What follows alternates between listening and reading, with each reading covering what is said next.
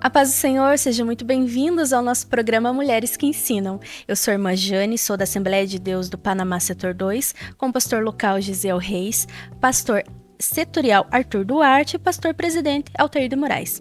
Hoje nós estamos aqui com uma convidada muito querida, muito especial, por mim também.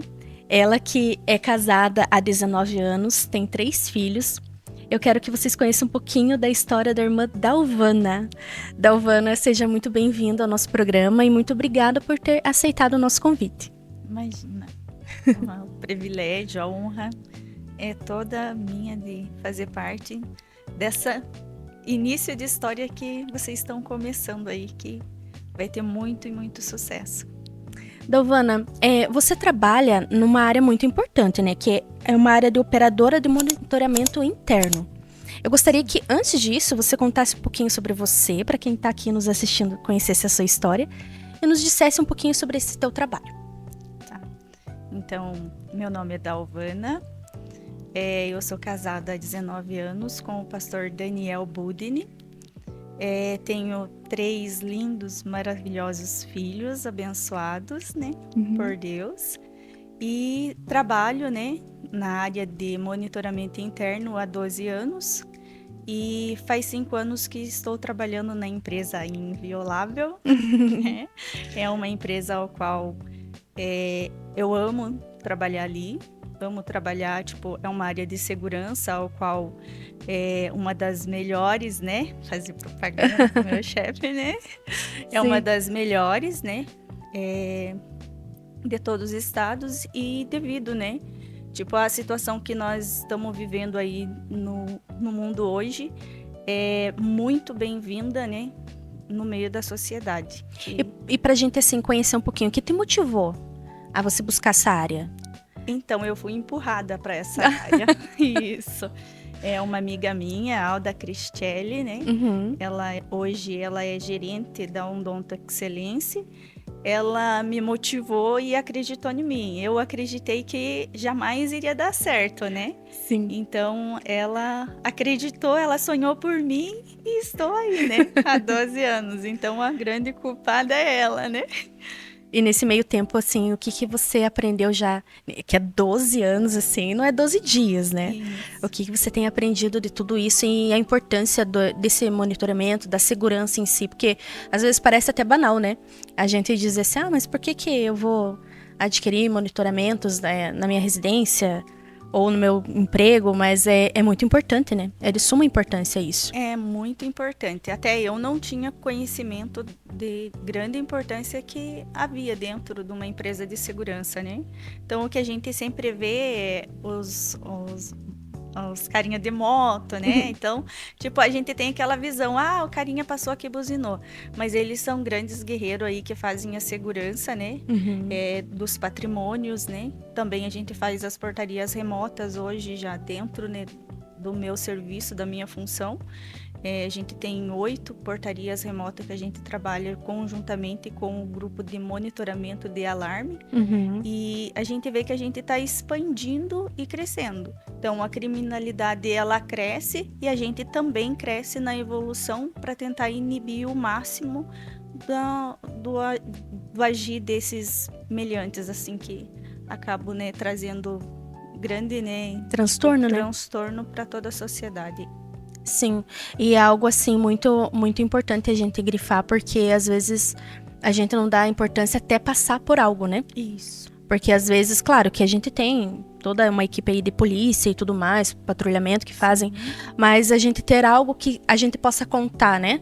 De rápido, imediato, então até uma câmera dentro da casa, isso já traz um conforto, porque é todo um sistema, e eu sei que vocês vêm elaborando muito mais tecnologia, muito mais segurança para lares, tanto também para servir para grandes empresas, né, pequenas empresas também, mas que trazem mais comodidade pra gente, né, e fácil acesso à tecnologia, né? Sim, exatamente. E é isso que a gente tem buscado, né? Evolução, né? Conforme vai crescendo um espaço, a gente vai conquistando outro. E assim, como eu falei, você tem 3 filhos, né? Sim. Foram todos assim planejadinhos ou algo veio de surpresa? Como que foi o teu gerar como ser mãe assim? Como que aconteceu? Então, aos 19 anos de idade, eu tive um aborto, né? Foi logo no início que eu me casei. Uhum. Eu tive uma gravidez ectópica, eu tive que fazer uma cirurgia. E nesse meio tempo, o médico pediu tempo lá pra gente se cuidar, se tratar, e eu poderia engravidar normal. Uhum. Quando eu perdi esse bebê, Deus me mandou um perfeitinho já criado com 5 anos, que foi o Carlos Eduardo. Ele é meu sobrinho, filho da minha irmã acima de mim. E eu acolhi ele, né? Tipo, ganhei de presente do Senhor. O meu esposo concordou. E a gente levou ele, adotou ele como filho. E hoje, aos 24 anos de idade, ele é tipo um sonho, né? De filho, né? Tipo, e aí se passou em torno de 8 anos. Nesses 8 anos eu colhi com a busca de ser mãe, mas eu não conseguia. Eu procurava os melhores exames, especialista, e eu não conseguia engravidar. E dentro do meu casamento, dentro desse quadro tipo de anos assim, a gente passou pelas crises de altos e baixos, porque eu não conseguiria realizar o sonho do meu esposo, que era ser pai. Então, tipo, passamos por crises, passamos, tipo, frustrações, né? Isso, por momentos difíceis, assim, que eu me culpava muito de não conseguir realizar o sonho dele de ser pai, né?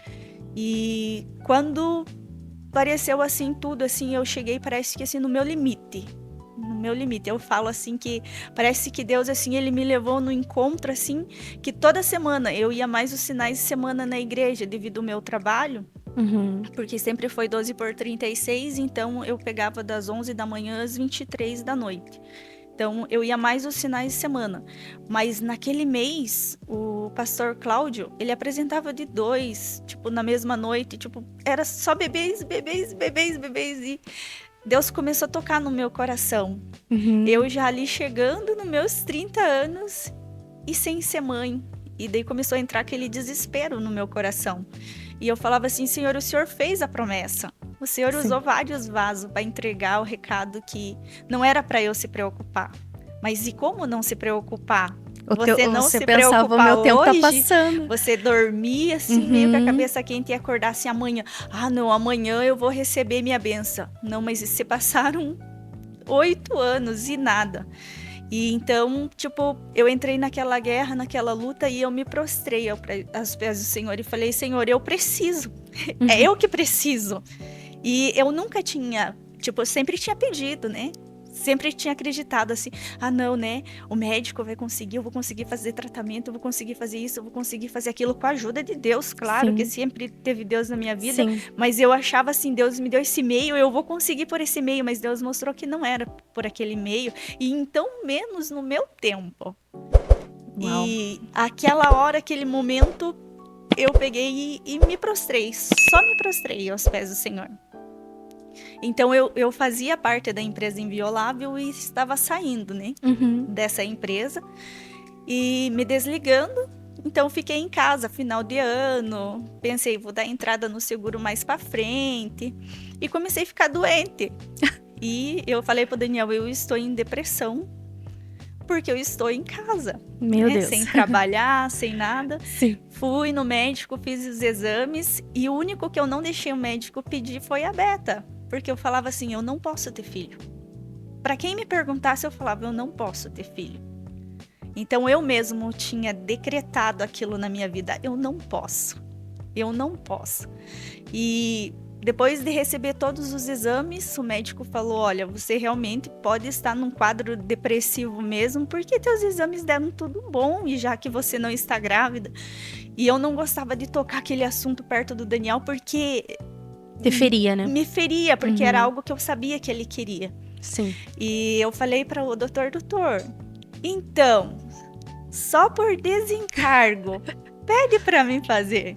Então, para surpresa, né, eu fiz o exame. Estava grávida. E estava grávida. Então, eu quase perdi, né, de tanta alegria. Eu queria sair gritando, pulando, né.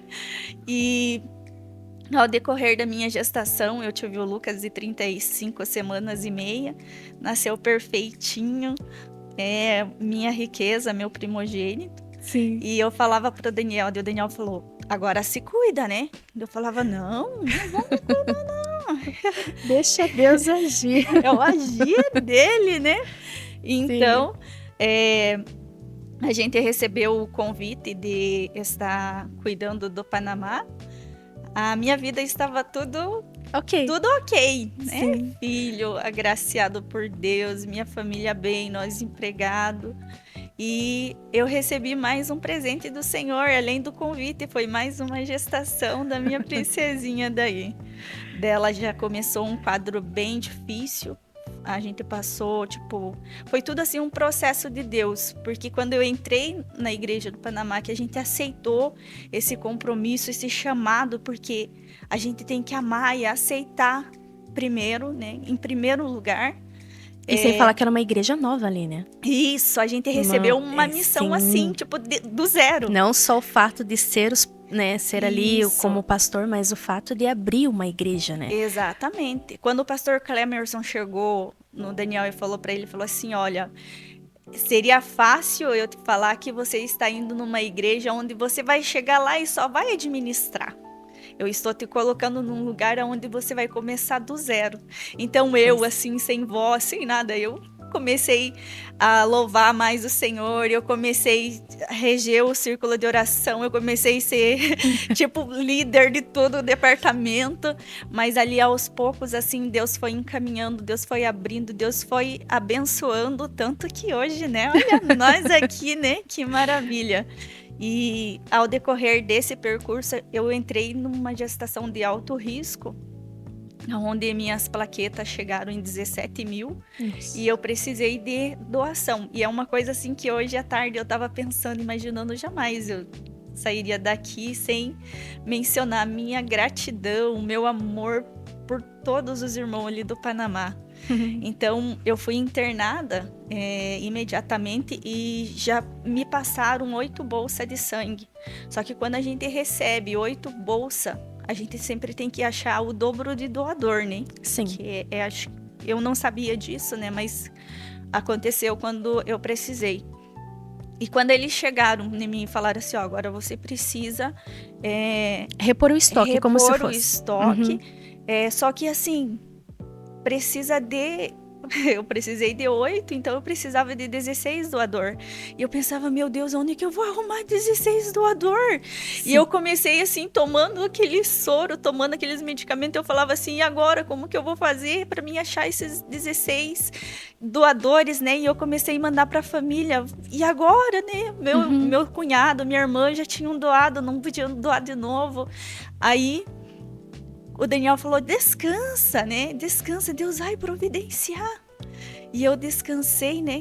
Com a ajuda dos medicamentos também no hospital. Sim. E no outro dia, a moça chegou em mim para me aplicar mais uma bolsa de plaqueta. Ela falou assim, olha, você é querida, menina. Eu falei pra ela assim, por quê? Ela falou assim, olha, as enfermeiras daqui do hospital foram doar sangue pra você, saíram do serviço e foram doar. E olha, tem um pessoal que fez fila lá fora pra doar sangue pra você, e esse pessoal era lá do Panamá.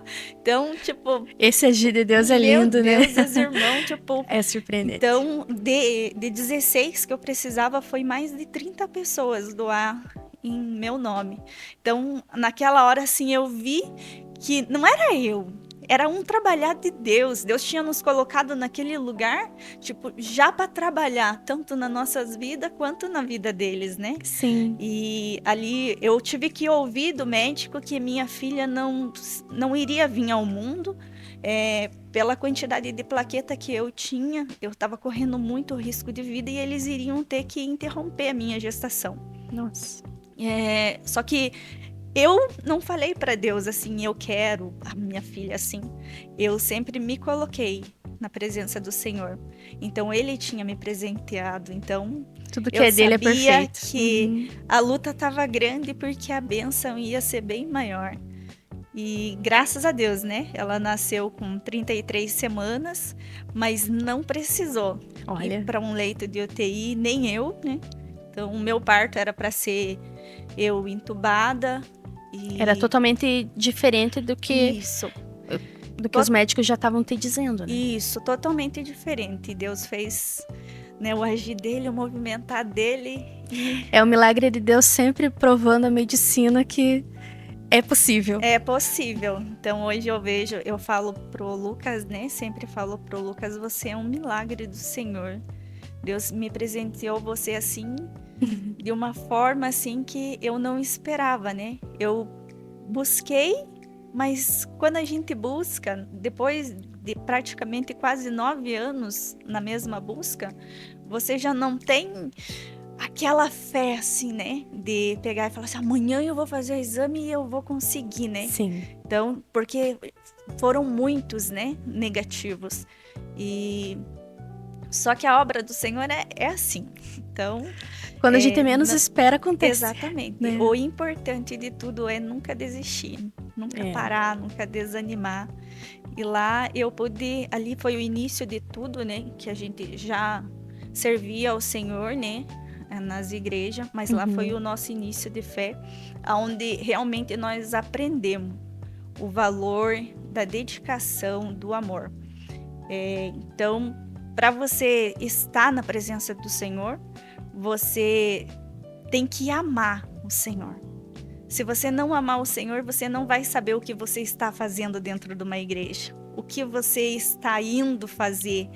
Agora, quando você ama o que você faz, você pensa assim, nossa, eu tô indo lá ao encontro do meu rei, eu tô indo lá ver o meu pai.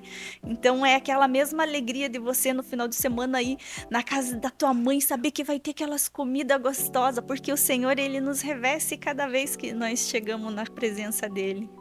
E por mais que seja um dia cansativo, muitas das vezes frustrado, quando a gente chega na presença dele, parece que não tem mais nada, Sim, né? O sim. dia foi perfeito, É né? maravilhoso. É algo E a tranquilo. O gente fardo é mais aprende, a leve. gente aprende muito isso também, porque, como eu falei ali no início, eu ia na igreja aos finais de semana, devido ao meu trabalho. Mas quando o Senhor nos posicionou a pastores, aí já foi diferente. Então, eu tinha que amar e zelar o meu trabalho, eu tinha que amar e zelar a minha família, eu tinha que amar e zelar a obra do Senhor. Sim. E como fazer isso? Pois é, isso que agora é. Que eu ia só os finais de semana na Sim, igreja. eis minha dúvida aqui agora, né? Isso que eu queria perguntar pra você. Que nem você é casada com o pastor, né, Daniel. Como que você vem conciliando, né? Como que você conciliou todo esse tempo, teu trabalho, a tua casa, teus filhos, né? E ao ministério dele. Que a gente sabe que ser pastor não é fácil, né? Demanda um tempo, demanda uma dedicação.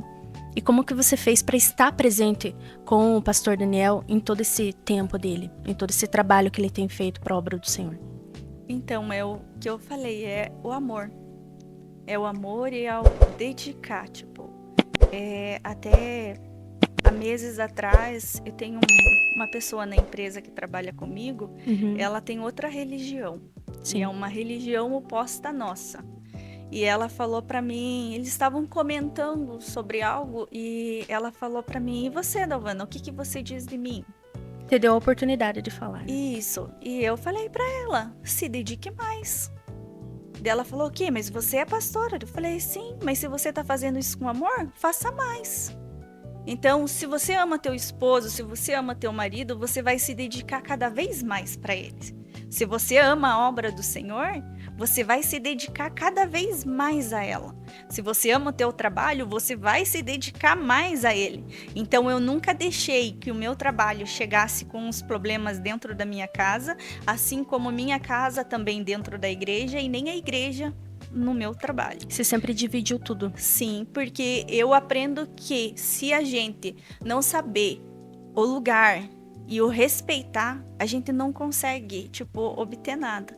Então, onde você vai, você tem que saber as medidas onde você aonde você está entrando, se você entrou para a obra do Senhor, se Uhum. você está fazendo a obra do Senhor, se você aceitou o chamado do Senhor, então faça, mas faça com amor, faça com sede de mais e mais e mais, que você vai ver que o Senhor, ele vai trabalhar na tua vida. Então, às vezes até você pensa assim, nossa, mas o meu cansaço, porque eu trabalho 12 horas, é Pois é. estressante, às vezes pega algum problema assim que tua cabeça fica explodindo, mas eu saio do meu trabalho e eu vou direto para a igreja. Já vou para a igreja de uniforme, não me importo, tipo, com roupinha bonita, com aparência Sim. bonita. Eu vou como eu estou, porque eu quero estar na casa do meu pai. Então isso não me atrapalha, eu me sinto bem estando lá, não como eu estou. Uhum. E eu estar lá é o que importa, é o que interessa. Eu chego na minha casa cansada, mas eu recebo o abraço dos meus filhos, eu recebo o abraço do meu esposo, e aquilo dali, aquele cansaço ficou lá para trás. Eles são nossas baterias, né? Nos renovam, Isso! né? E quando nós chegamos na igreja cansada, com a prova, batida, nós se deparamos com o nosso Senhor falando, né? A minha graça te basta. Sim. Então não tem coisa melhor. É então uma coisa é outra servir. É refrigério à alma, Isso. né? É um bem. Eu lembro que eu vagamente vou citar o ano, acho que foi entre 2018 e 2019, que eu comecei a congregar ali no Panamá e eu conheci. Então ela foi minha pastora, né? Por um breve espaço curto de tempo. Mas é porque eu tava ali começando a engatear ainda, né, em relação à igreja, em relação ao evangelho em si. Mas era visível e eu conseguia ver nos seus olhos o teu amor. E esse amor que você fala, quem conhece a Dalvana, vê nos olhos. Porque eu lembro que você cuidava com o amor das irmãs, você cuidava com o amor das crianças, você me acolheu lindamente, sem nem me conhecer direito, mas você me olhava de uma maneira assim, essa menina tem chamado, essa menina tem propósito. Eu me lembro vagamente quando ela disse pra mim que vai cantar com as irmãs. E eu tão ainda ingênua, eu dizia assim, não, eu não canto. E hoje eu canto, irmãs. Não tenho a voz ainda perfeita, não, mas acho que pra Deus já é o suficiente e agradável aos ouvidos dele. Mas assim, eu pude ver isso. E o que é, conta um pouquinho pra eles, o que é você cuidar disso, o teu sentimento, de todo esse tempo, de todo esse teu trajeto da igreja, você poder olhar para irmãs, você poder conversar, você poder dar-se como exemplo, você poder falar da palavra dele, né? Com esse teu amor que é tão visível. É gratidão a Deus, né? Porque sem ele, né, eu não era nada. Meus sonhos era tudo frustrado. Então, hoje, ver, tipo, pessoas, eu vou no mercado, pessoas me abraçando, a pessoa falando obrigada, eu recebi a benção, pessoas me ligando durante a madrugada. Para muitos é incômodo, para mim é gratificante, porque eu recebo o meu chamado. Eu recebi o meu chamado, e esse meu chamado eu recebi não porque às vezes assim, a Dalvana é diferente, não, porque o Senhor, ele me viu, ele antes mesmo de eu imaginar ser alguém, ele somente acreditou em mim. Já no ventre da sua mãe ele já te conhecia. Isso, já no ventre da minha mãe ele já conhecia. Então, não tem nada maior do que estar na presença do Senhor e poder ajudar, poder ser um instrumento na presença do Senhor. A sua vida cristã, ela iniciou desde pequena ou é ao longo da... Não, minha vida cristã, ela iniciou eu com 19 anos. Eu aceitei Jesus aos 19 anos, não permaneci. Eu sou mais viciada, né? Então, eu tive uma adolescência bem trágica, saí de casa com 13 anos. E só então, aos 19 anos, eu volto não, né? Eu vou à presença do Vai Senhor. buscar. E com 23 anos, eu reconciliei com o Senhor. Ali eu aceitei realmente o meu chamado. Uhum. Porque até então eu não tinha 100% o conhecimento desse chamado, o que era esse chamado, né? E quando eu me acheguei na presença do Senhor, eu não cheguei sorrindo, feliz, alegre, contente. Eu cheguei tomando medicamento para dormir, para acordar, acreditando que o meu dia amanhã eu iria morrer. Eu estava em depressão, tinha perdido 5 pessoas da família em tempo muito curto. E então E você estava assim, sentimentalmente e espiritualmente totalmente abalada. Então, para você se posicionar ali na presença de Deus e se entregar tudo a Ele, é difícil. Às vezes, muitas das vezes, a gente diz assim, a gente conhecia Deus ali num culto, em lágrimas. Mas como você falou, você vem numa trajetória que dá para se notar muito difícil. Uma bagagem muito grande. Exatamente. E você se prostrar ali, você se entregar e você reconhecer ali, viver nesse propósito, é gigantesco esse processo. Exatamente. E assim, para você reconquistar isso no meio da sociedade é muito difícil. Porque nem você, né? Porque primeiro você, né? Tem que se preocupar assim. Ai, mas, né, eu vou passar por fulano lá onde, né, sabe que eu era drogada. Ai, né, briguei com fulano. Ai, eu fiz tal coisa errada. Então a gente entra assim naquele processo de querer fugir do nosso chamado. Mas as percas que eu tive, né, na família, eu culpava Deus. Eu não conhecia Deus, mas eu culpava Deus. De todas as desgraças que acontecia, eu falava assim, não, mas ele manda em tudo, então ele quer que eu sofra. Mas eu não me entregava para ele. E quando minha mãe estava no leito do hospital, ela falava assim, aceita Jesus, vive uma vida com Cristo. Porque quando você estava aqui no meu ventre, eu tentei o aborto. Mas ele falou que você era dele. Então aceita ele, aceita o chamado. E eu falava assim, não, primeiro eu vou fazer o seguinte, eu vou comprar aquelas bobinas de foto, vou te fotografar, que ela perdeu a metade do movimento do corpo, vou te fotografar, e quando ele levantar você daí, aí sim, nós vamos junto. Poxa vida. Aí eu perdi ela, claro que eu perdi. Quem sou eu para fazer uma proposta tão absurda para um Deus tão grande? Aí eles, tipo, no processo eu perdi minha irmã, perdi meu irmão, perdi sobrinha, perdi meu pai, que foi uma das pessoas que mais me causou trauma na adolescência, uma pessoa que eu mais odiava.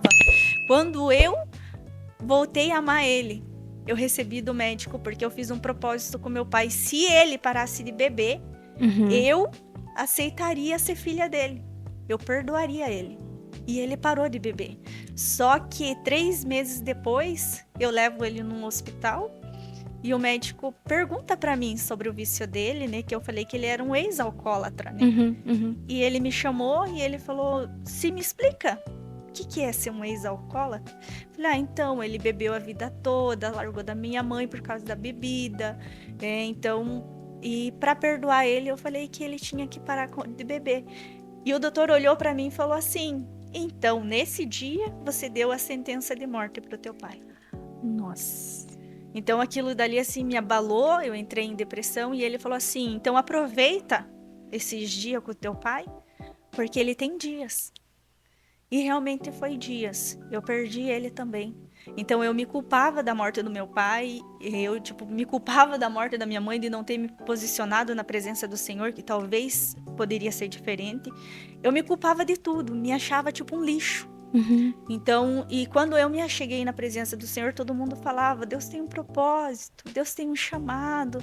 E eu falava, meu Deus, mas que chamado, que propósito, como que o Senhor ia ver alguma coisa em mim? Sim. Olha pra mim, tipo, o que eu tenho? Eu só tenho mau testemunho. Então, como que o Senhor ia olhar pra mim?